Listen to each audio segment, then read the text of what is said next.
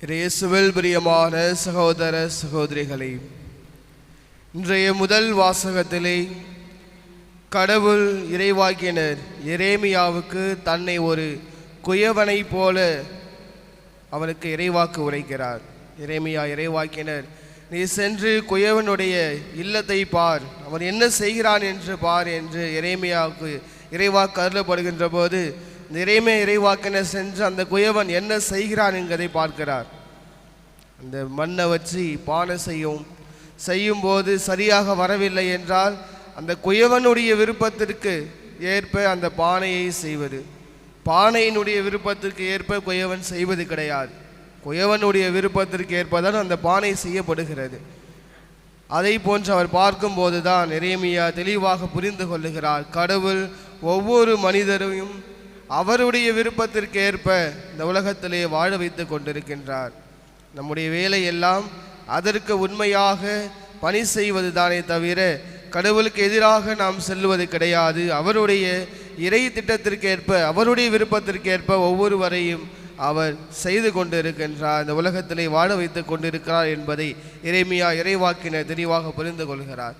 அன்புக்குரியவர்களே, அதே போன்றுதான் நாமும் எப்படி ஒரு குயவன் கையில் இருக்கின்ற ஒரு களிமண்ணை போன்றுதான் நம்முடைய வாழ்க்கையும் இருக்கிறது. அந்த களிமண் எந்த அளவுக்கு இசைவு தருகிறதோ, அந்த களிமண் எந்த அளவுக்கு அந்த குயவனுடைய கையிலே ஒத்து போகிறதோ அதற்கு ஏற்றால் போல்தான் அது ஒரு அழகிய ஒரு பானையாக ஒரு பொருளாக வெளிவரும். அதை போன்றுதான் நம்முடைய வாழ்க்கையும் நாம் கடவுளுக்கு எந்த அளவு ஒத்துழைக்கின்றோமோ அவருடைய அருளை ஒவ்வொரு நாளும் தந்து கொண்டிருக்கிறார். ஆனால் அதை நாம் புரிந்து கொள்வது கிடையாது.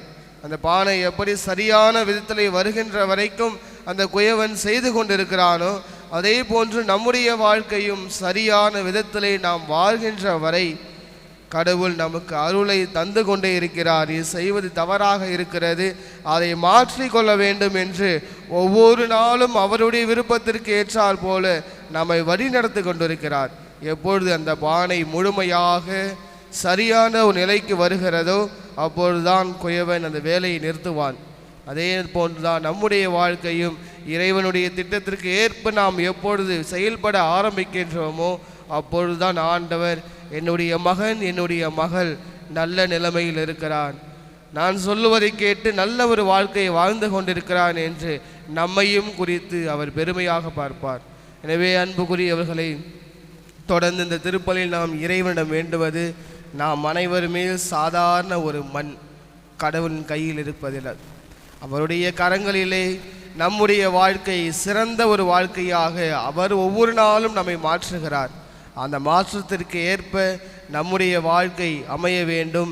இறை திருவுலத்தை என்னுடைய வாழ்க்கையில் நான் செயல்படுத்த வேண்டும் என்பதற்கான அருளை வேண்டி தூய ஆவியார் வழியாக மன்றாடுவோம்.